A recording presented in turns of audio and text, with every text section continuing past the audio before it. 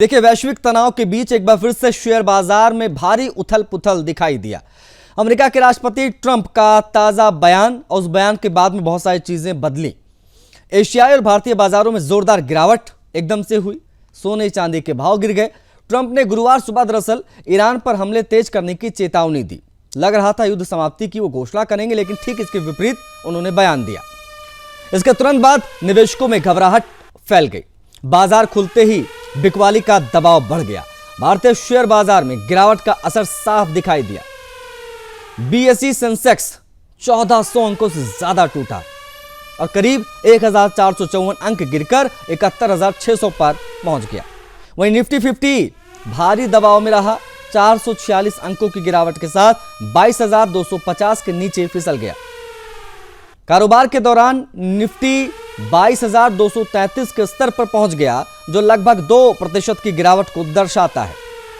देखिए, बाजार की सबसे बड़ी चिंता की बात यह रही कि निफ्टी के साथ सभी 50 शेयर रेड मार्क यानी लाल निशान में कारोबार करते नजर आए। इसका मतलब साफ है कि गिरावट किसी एक सेक्टर तक सीमित नहीं रही, बल्कि पूरे बाजार में व्यापक असर पड़ा है ट्रंप के एक बयान के बाद। सेक्टोरल इंडेक्स की बात अगर हम करें तो बैंकिंग और फाइनेंशियल शेयर्स में 2 से 3% तक की गिरावट दर्ज की गई है। निवेशकों ने सबसे ज्यादा बिकवाली इन्हीं सेक्टरों में की, क्योंकि वैश्विक अनिश्चितता का सीधा असर वित्तीय बाजारों पर पड़ता है। आईटी, ऑटो, मेटल और कैपिटल गुड्स सेक्टर पर भी इस गिरावट के असर दिखाई दिए हैं।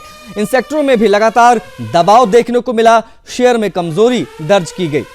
सबसे ज्यादा असर एविएशन, फार्मा और इंफ्रास्ट्रक्चर सेक्टर पर पड़ा, जहां कई कंपनियों के शेयर में 5% तक गिरावट दिखी। कच्चे तेल की कीमतों की तेजी भी दिखी। एविएशन कंपनियों पर अतिरिक्त दबाव भी बढ़ा, क्योंकि ईंधन लागत बढ़ने से उनके मुनाफे पर असर पड़ता है। दरअसल इस गिरावट के पीछे सबसे बड़ा कारण कच्चे तेल की कीमतों में उछाल है। ब्रेंट क्रूड की कीमत बढ़कर करीब $105-106 प्रति बैरल तक पहुंच गई। मध्य पूर्व में बढ़ते तनाव और संभावित आपूर्ति बाधाओं के कारण तेल की कीमतों में तेजी आई है। इससे वैश्विक बाजारों में चिंता का माहौल और ज्यादा बढ़ गया और बन गया। अब विशेषज्ञों का मानना है कि जब भी भू राजनीतिक तनाव यानी जियोपॉलिटिक्स बढ़ता है, तो निवेशक जोखिम भरे एसेट से दूरी बनाकर सुरक्षित निवेश की ओर रुख करते हैं। यही वजह है कि शेयर बाजार में बिकवाली बढ़ जाती है और कीमतों में गिरावट दिख जाती है। गौरतलब है कि इससे एक दिन पहले ही बाजार में तेजी दिखी थी। 1 अप्रैल 2026 को ट्रंप के सीज फायर से जुड़े बयान के बाद निवेशकों को थोड़ी उम्मीद जगी थी। ईरान के साथ तनाव कम हो सकता है, इस प्रकार की बातें कही गई थी। इसी उम्मीद में अमेरिकी और भारतीय बाजारों में उछाल आया था। ये बाउंस बैक कर रहे थे। भारतीय बाजार में उसी दिन सेंसेक्स करीब 1.65% और निफ्टी 1.56% बढ़ा था। लेकिन ट्रंप के नए बयान ने नई इन उम्मीदों पर पानी फेर दिया और बाजार में फिर से अनिश्चितता के बादल मंडराने लगे। इस पूरे घटनाक्रम से यह साफ हो गया है कि वैश्विक राजनीति का असर सीधे तौर पर आर्थिक बाजारों पर पड़ता है और पड़ रहा है और पड़ेगा। खास तौर पर मध्य पूर्व जैसे संवेदनशील यानी सेंसिटिव जोन में किसी भी तरह की सैन्य गतिविधि का असर तेल की कीमतों और शेयर बाजार दोनों पर पड़ता है। फिलहाल निवेशक सतर्क नजर आ रहे हैं और बाजार की दिशा आने वाले दिनों में अंतर्राष्ट्रीय घटनाक्रम पर निर्भर करेगी। ये बात बहुत तय है। यदि तनाव और बढ़ेगा तो बाजार में गिरावट और ज्यादा होगी। तेल के दाम महंगे होंगे, गैस के दाम महंगे होंगे। किसी सकारात्मक संकेत से बाजार को राहत भी मिल सकती है, ये कहना भी जरूरी है। कुल मिलाकर ट्रंप के बयान ने एक बार फिर से साबित कर दिया है कि वैश्विक अनिश्चितता के दौर में बाजार कितने संवेदनशील हो जाते हैं और कैसे एक बयान भी करोड़ रुपए के निवेश को प्रभावित कर सकता है, वो आप इस खबर के माध्यम से समझ सकते हैं।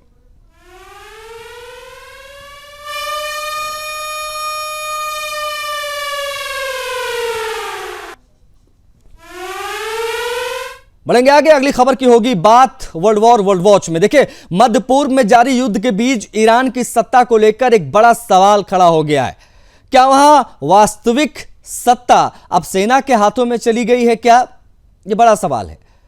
क्या तेहरान में सैन्य तख्तापलट जैसी स्थिति बन चुकी है? अंतर्राष्ट्रीय मीडिया रिपोर्ट और सूत्रों की अगर हम मान लें तो ये संकेत मिल रहे हैं। उन्होंने इस बहस को और तेज कर दिया है। रिपोर्ट्स के मुताबिक ईरान में इस समय इस्लामिक रेवोल्यूशनरी गार्ड कॉर्प्स यानी आईआरजीसी का प्रभाव तेजी से बढ़ा है, ये कह सकते हैं। अब कहा जा रहा है कि युद्ध के हालात का फायदा उठाकर आईआरजीसी ने सत्ता के प्रमुख केंद्रों पर अपनी पकड़ मजबूत कर ली है और अब कई अहम फैसले सीधे उसी के नियंत्रण में लिए जा रहे हैं। सबसे बड़ा संकेत तब मिला जब राष्ट्रपति मसूद पेजेश्कियान को अपने अधिकारों के प्रयोग में बाधा का सामना करना पड़ा। अब रिपोर्ट के अनुसार राष्ट्रपति ने एक नए खुफिया मंत्री की नियुक्ति की कोशिश की, लेकिन IRGC ने इस पर रोक लगा दी। और यही बहुत बड़ी वजह है इन सवालों की। यह न केवल असामान्य था, बल्कि यह संकेत भी देता है कि निर्वाचित सरकार की शक्तियां सीमित हो रही हैं। बताया जा रहा है कि IRGC के वरिष्ठ अधिकारियों ने एक सैन्य परिषद का गठन कर लिया है, जो पर्दे के पीछे भी सभी बड़े फैसले लेगी। इस परिषद में प्रभावशाली कमांडर अहमद वाहिदी की भूमिका बेहद अहम है। कहा जा रहा है कि उन्होंने कई उच्च स्तरीय नियुक्तियों को खारिज कर दिया। प्रशासनिक फैसलों पर सीधे नियंत्रण उन्होंने कर लिया है। इस पूरे घटनाक्रम के बीच एक और बड़ा सवाल ईरान के सर्वोच्च नेतृत्व को लेकर भी उठ रहा है। मुस्तफा खामनेई की सार्वजनिक मौजूदगी लंबे समय से है नहीं। युद्ध शुरू होने के बाद से उनका कोई स्पष्ट वीडियो या आधिकारिक बयान अब तक आया नहीं है। सिर्फ खबरें आई हैं, कुछ मीडिया रिपोर्ट्स आई हैं। उनके घायल होने की बातें भी मीडिया रिपोर्ट्स में कही गई थी, जबकि अमेरिका की ओर से उनकी मौत का दावा भी किया जा चुका है। हालांकि इसकी आधिकारिक पुष्टि नहीं हुई। ऐसे में यह स्थिति और जटिल हो जाती है, क्योंकि ईरान की राजनीतिक व्यवस्था में सर्वोच्च नेता की भूमिका निर्णायक होती है। परंपरा के अनुसार राष्ट्रपति द्वारा किए गए बड़े फैसलों, खासकर खुफिया और सुरक्षा से जुड़े मामलों में अंतिम मंजूरी सर्वोच्च नेता से मिलती है। लेकिन जब वही नेतृत्व सार्वजनिक रूप से सक्रिय ना दिखे, तो सत्ता का संतुलन बिगड़ना स्वाभाविक हो जाता है। और ये तमाम चीजें अब इन मीडिया रिपोर्ट्स में खुलकर सामने आने लगी हैं। इस बीच एक और महत्वपूर्ण नाम सामने आया है, अली असगर हिजाजी। बताया जा रहा है कि उन्होंने पहले ही चेतावनी दी थी कि अगर सत्ता का केंद्रीकरण इस तरीके से बढ़ता है तो नागरिक संस्थाएं कमजोर पड़ जाएंगी। वास्तविक नियंत्रण और IRGC के हाथों में ये सब कुछ चला जाएगा। अब मौजूदा हालात को देखते हुए यह आशंका सच होती जा रही है। हालांकि विशेषज्ञों का मानना है कि इसे पूरी तरीके से सैन्य तख्ता पलट कहना अभी जल्दबाजी हो सकती है। ईरान की सत्ता संरचना पहले से ही जटिल रही है, जहां सेना, धार्मिक नेतृत्व और निर्वाचित सरकार तीनों के बीच संतुलन बना रही है। लेकिन मौजूदा परिस्थितियों में ये संतुलन बिगड़ता दिख रहा है और सेना का प्रभाव असामान्य रूप से बढ़ा है। मध्य पूर्व में चल रहे युद्ध, बाहरी दबाव और आंतरिक अस्थिरता ने ईरान की राजनीतिक व्यवस्था को संवेदनशील मोड़ पर लाकर छोड़ दिया है।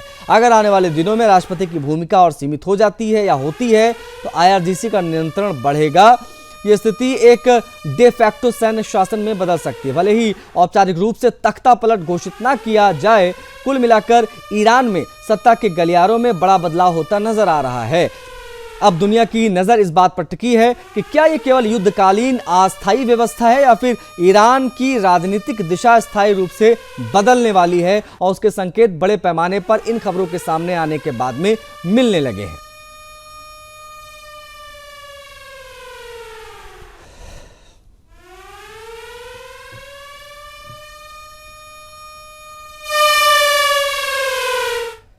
तो मिडिल ईस्ट में जारी भीषण संघर्ष के बीच ईरान ने अमेरिका को खुली और कड़ी चेतावनी दी है।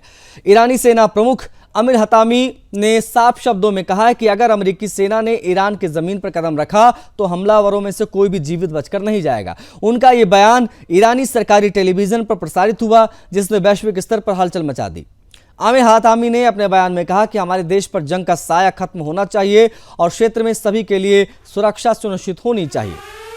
लेकिन इसके साथ ही उन्होंने यह भी स्पष्ट कर दिया कि यदि ईरान की संप्रभुता को चुनौती दी गई तो उसका जवाब बेहद कठोर हम देंगे। इस बीच ईरान की सैन्य क्षमता को लेकर भी बड़े दावे हो रहे हैं। ईरानी सेना के खातम अल अंबिया केंद्रीय मुख्यालय के प्रवक्ता इब्राहिम जुल्फागरी ने अमेरिकी राष्ट्रपति ट्रंप के बयान पर प्रतिक्रिया दी। कहा कि ईरान के पास हथियार और गोला बारूद के गुप्त भंडार मौजूद हैं, जिनकी जानकारी अमेरिका को नहीं है। जुल्फागरी ने दावा किया कि जिन सैन्य ठिकानों को अमेरिका निशाना बनाने की बात करता है वे ईरान के लिए ज्यादा महत्वपूर्ण नहीं है। उनका कहना है कि हमारा असली सैन्य उत्पादन और रणनीतिक संसाधन ऐसे स्थान पर है जहां तक आप कभी सोच भी नहीं सकते और पहुंच भी नहीं सकते। इस बयान से संकेत है कि ईरान अपनी सैन्य क्षमताओं को लेकर आत्मविश्वास से लबरेज है और संभावित हमलों से बचने के लिए गुप्त ढांचे और तैयार कर रहा है। अमेरिका और इजरायल की ओर से ईरान पर हमले लगातार जारी हैं। दोनों देशों ने मिलकर हजारों सैन्य और रणनीतिक ठिकानों को निशाना बनाया है। इजरायली सेना के मुताबिक अब तक 4000 से अधिक लक्ष्य पर हमला किया जा चुका है, जिसमें मिसाइल लॉन्चर, सैन्य अड्डे, अन्य महत्वपूर्ण स्थान शामिल हैं। इसके अलावा 10,000 से ज्यादा संदिग्ध ठिकानों को भी निशाना बनाया गया है। ये जानकारियां भी मीडिया रिपोर्ट्स में सामने इस बीच में आई है जब युद्ध चल रहा था। हालांकि इन हमलों के बाद ईरान की जवाबी कार्रवाई में कुछ कमी जरूर आई है, लेकिन जो विशेषज्ञ हैं उनकी अगर हम माने तो तेहरान अब भी पूरी तरीके से हमले करने में सक्षम है। ईरान की मिसाइल क्षमता, उनके प्रॉक्सी नेटवर्क की ताकत है। देखते हुए ये संघर्ष किसी भी समय और अधिक खतरनाक मोड़ पर ला सकता है। लेकिन इस युद्ध के बीच एक और बड़ी खबर सामने आई। ईरान के पूर्व विदेश मंत्री कमल खराजी का एक हवाई हमले में गंभीर रूप से घायल हो जाने की खबर। रिपोर्ट के अनुसार इस हमले में उनकी पत्नी की मौत हो गई है।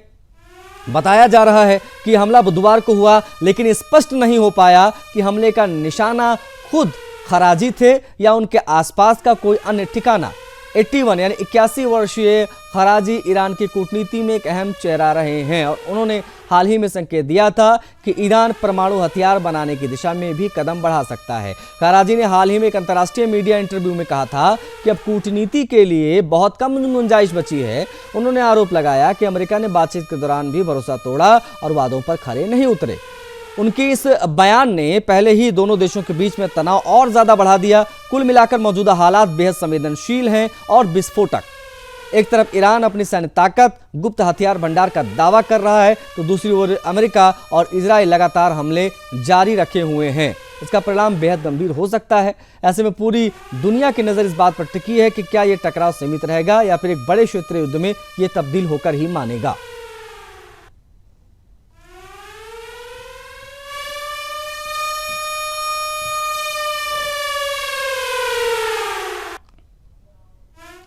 उधर मध्य पूर्व में जारी तनाव के बीच ब्रिटेन ने ईरान के साथ चल रहे युद्ध से खुद को अलग करने का स्पष्ट फैसला किया है। जी हां, ब्रिटेन के प्रधानमंत्री कीर स्टारमर ने साफ कर दिया है कि उनका देश इस युद्ध में शामिल नहीं होगा।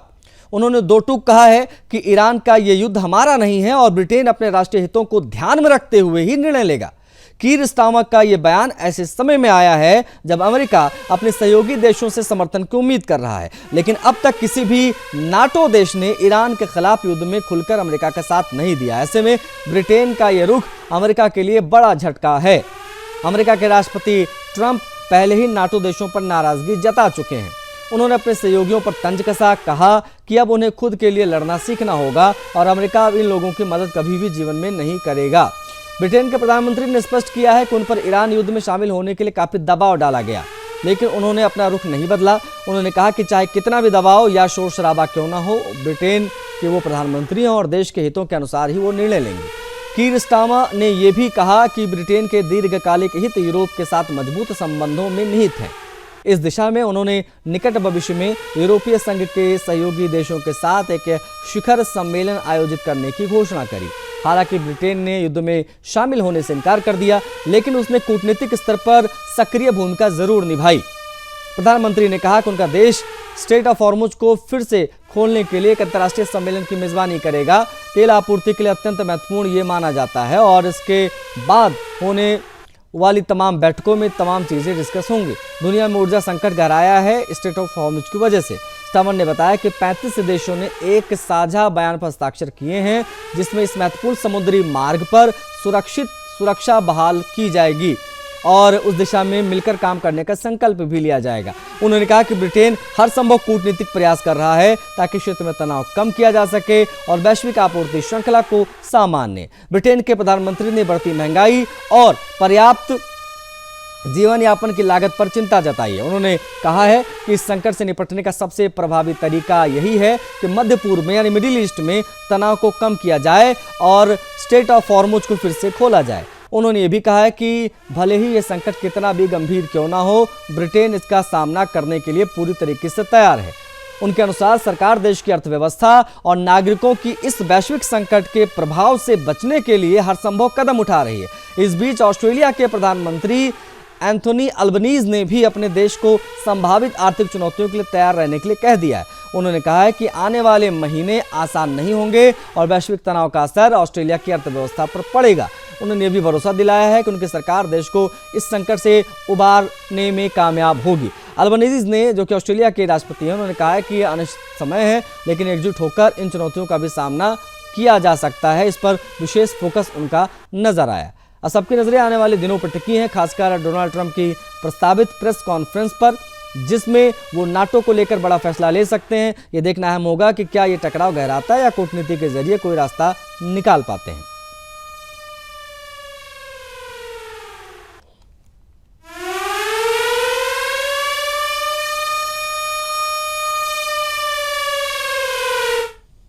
बढ़ेंगे आगे। पश्चिम एशिया में जारी संघर्ष अब और भयावह होता जा रहा है।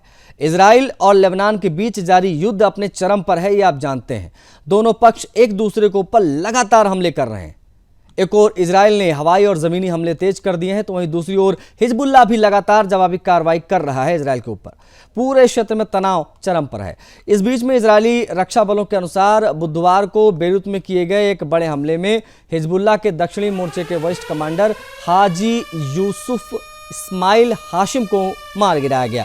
बताया जा रहा है कि यह हमला इजराइल की नौसेना द्वारा किया गया, जिसमें सटीक निशाना साधते हुए हाशिम को खत्म कर दिया गया। हाजी यूसुफ इस्माइल हाशिम को हिजबुल्लाह की एक और बेहद अनुभवी और प्रभावशाली कमांडर माना जाता था। इसके पास 4 दशकों से अधिक का सैन्य अनुभव था और संगठन के पुनर्गठन में महत्वपूर्ण भूमिका ये निभा चुका था। साथ ही वो इजराइल के खिलाफ कई बड़े हमलों की योजना बनाने, उन्हें अंजाम देने में शामिल रहा था। इसके मौत को हिजबुल्लाह के लिए एक बड़ा झटका माना जा रहा है। बेरूत में हुए हमलों को लेकर सामने आई जानकारी के अनुसार इजराइल ने राजधानी के दक्षिणी इलाकों और उसके आसपास के क्षेत्रों में कई ठिकानों पर निशाना बनाया। इन हमलों में कम से कम 7 लोगों की मौत हुई, 24 इसमें घायल हुए। लेबनान के स्वास्थ्य मंत्रालय ने इन मौतों की पुष्टि भी कर दी है। अब बताया जा रहा है कि कई हमले वाहनों को निशाना बनाने के लिए किए गए, जिसमें इलाके में भारी तबाही हुई। इजराइल के प्रधानमंत्री बेंजामिन नेतन्याहू ने हाल ही में दक्षिणी लेबनान में सैन्य कार्रवाई तेज करने के निर्देश दिए थे। उसी के बाद से इजरायली सेना ने हमलों की रफ्तार बढ़ा दी। इजराइल का कहना है कि वो हिजबुल्लाह की सैन्य क्षमता को पूरी तरीके से खत्म करने के लिए अभियान चला रहा है। इस युद्ध के मानवीय प्रभाव भी बेहद गंभीर होते जा रहे हैं। रिपोर्ट के मुताबिक अब तक इजरायली हमलों में 1200 से अधिक लोगों की मौत हो चुकी है, जबकि करीब 12 लाख लोग अपने घर को छोड़ने को मजबूर हो गए हैं। ये स्थिति रही। लेबनान के कई इलाकों में हालात बहुत खराब हो चुके हैं और बड़ी संख्या में लोग यहां से जा भी रहे हैं। इस बीच हिजबुल्लाह ने भी अपनी आक्रामक रणनीति लगातार जारी रखी हुई है। संगठन ने तेहरान के साथ एकजुटता दिखाते हुए इजराइल के कई इलाकों में रॉकेट हमले किए। इन हमलों के जवाब में इजराइल ने जमीन और हवा दोनों तरफ से नए टारगेट सेट करते हुए हमले किए। विशेषज्ञों का मानना है कि संघर्ष अब एक बड़े क्षेत्रीय युद्ध में आपको दिखाई दे सकता है, क्योंकि इसमें कई पक्ष सीधे या परोक्ष रूप से शामिल हो चुके हैं। ईरान का समर्थन हिजबुल्लाह को मिल रहा है, जबकि इजराइल को अमेरिका का समर्थन प्राप्त है। ऐसे में यह टकराव और अधिक खतरनाक हो सकता है।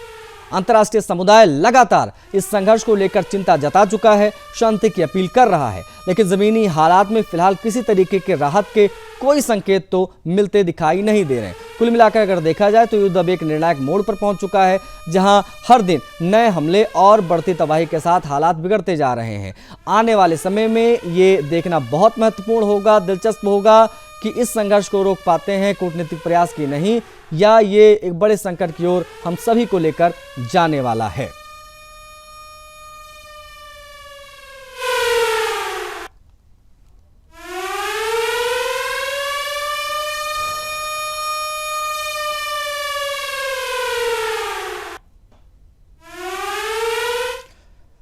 मध्यपूर्व में अमेरिका, इजराइल और ईरान के बीच जारी युद्ध के बीच एक बार फिर से बड़े बयान दिखाई दिए हैं। ट्रंप ने दावा किया है कि ईरान ने युद्ध विराम की इच्छा जताई है।